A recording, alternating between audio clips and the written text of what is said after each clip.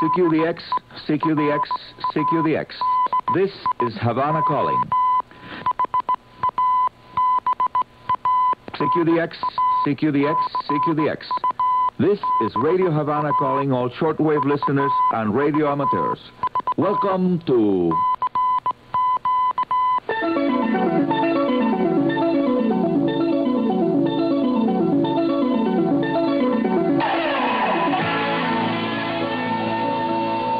DXers Unlimited, Radio Havana's weekly feature dedicated to the fascinating world of radio communications. Hola, amigos radio aficionados all around the world and in space. I am Arnaldo Arnicoro, Radio Amateur CO2KK, your host here at the middle of the week edition of this show, DXers Unlimited, the one and only radio hobby program covering almost all of the 91 different ways we can enjoy playing with our radios and their accessories. The first news item, the sun making a comeback of sorts after stalling for about 10 days at the beginning of 2017. Sunspots are back in sight and the daily 10.7 centimeters solar radiation flux has moved up to around 85 units. Very good. Correspondingly, the next few days we'll see better propagation conditions, at least I hope so.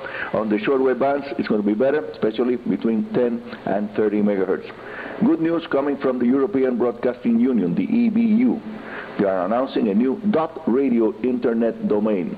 The EBU is launching a new top-level domain, .radio, aimed at the radio community, including us, radio amateurs.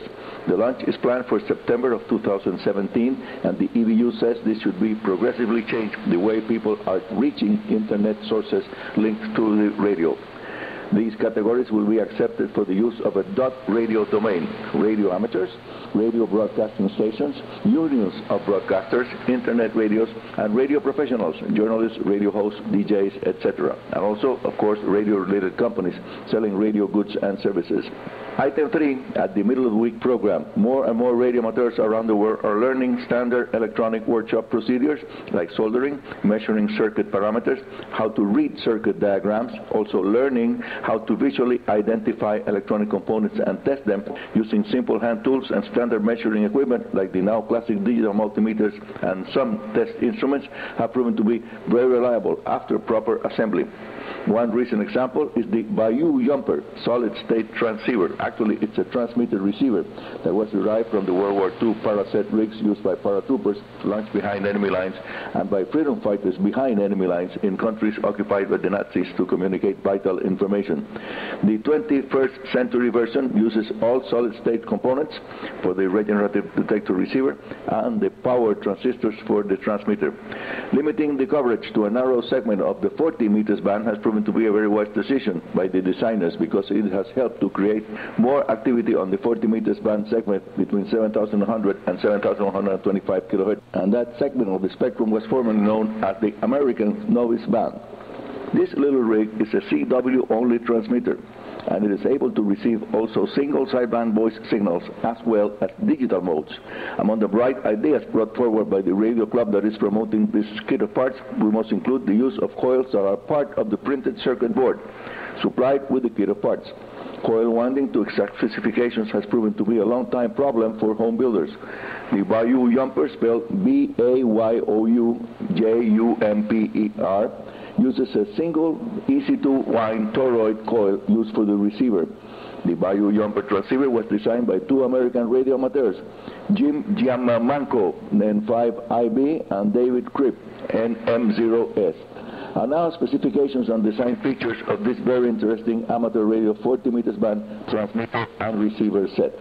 The original prototype was developed by N5IB and MN0X.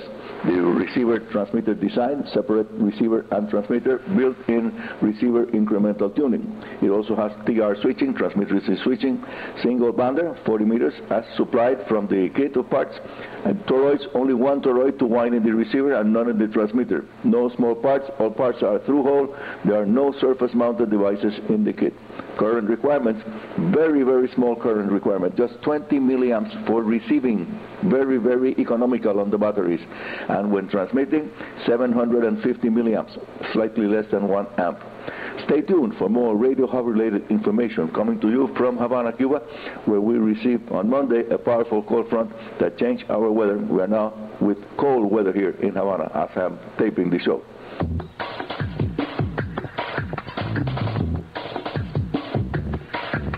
This is Radio Havana Cuba. The name of the program is DXers Unlimited. I am Arnie Cordell, Radio Amateur CO2KK, and here's more about how volunteer groups around the world are promoting the home assembly of ham radio equipment by designing kits that can be successfully completed thanks to the use of high-quality electronic components for the kits, extremely well designed and made printed circuit boards, as well as excellent step-by-step instruction manuals. The Bayou Jumper solves many of the problems found in previous attempts of making kits by addressing the most frequent failures of those projects, like, for example, the need to wind several toroidal ring inductances using very fine wires. Quite a task that is quite a challenge for the older radio amateurs and also to younger ones that are less experienced in home brewing. Now I'm going to share with you some of the specifications of the performance achieved by the Bayou Jumper kit, the transmitter receiver I'm talking about. Amazing as it may seem to be, they were all fully verified with advanced electronic test instruments. So here we go. The receiver has tuning and regeneration control, sensitivity to S1 minus 120 dB, well below the typical rural band noise level of approximately minus 100 dB, that's approximately S4. Tuning range between 120 to 150 kilohertz, one single knob tuning, Baractor tuning, radio frequency gain control, attenuator, useful when employing big antennas. Audio, plenty of headphone audio, and even it will drive a small speaker. The transmitter is crystal control. It has an output power of 5 watts, so it's a full QRP power, 5 watts, using no toroids, as explained earlier, and it can be keyed easily. It can be spotted, the frequency, and the final amplifier is built around a robust MOS-FET, a metal oxide semiconductor field effect transistor. Also, very important, the spectral purity is very good. All harmonics and spurious emissions are 50 dB or more below the carrier level. And by the way, using half-wave 40 meters band dipole antenna fed via a 1-to-1 balloon with 50 ohms coaxial cable, my 5 watts output QRP transceiver, the present one I'm using, provides good two-way contacts under normal propagation conditions. My daytime 40 meters coverage reaches all over the Cuban archipelago and to neighboring countries like Florida, Jamaica, and at night I can work all over the Americas, Europe, Western Africa, when conditions are good. And under very good propagation conditions, early press-on-rise propagation of 40 meters makes possible DX contacts with faraway places like Japan, Australia, New Zealand, and many of the Pacific Island nations. And now, at the end of the show, amigos, a short-form high-frequency bands propagation update. Conditions have improved and will definitely continue to improve for the next few days due to a slight but noticeable increase in solar activity. I hope to see you all at the weekend edition of DXers Unlimited. That's going to be next Sunday and Monday UTC days, just after the top of the hour newscast here at Radio Havana Cuba. Send your signal reports and comments to info.rhc. I say again, info.rhc@enet.cu. And by airmail, you can send a letter, postcard also, to Arnie Cordell. My last name is spelled Charlie Oscar Romeo Oscar. Arnie Cordell, Radio Havana Cuba, Havana, Cuba. And that's all for today. This is Arnie Cordell, Radio Amateur CO2KK, your host here at Radio Havana's DXers Unlimited, saying 73 and very good DX.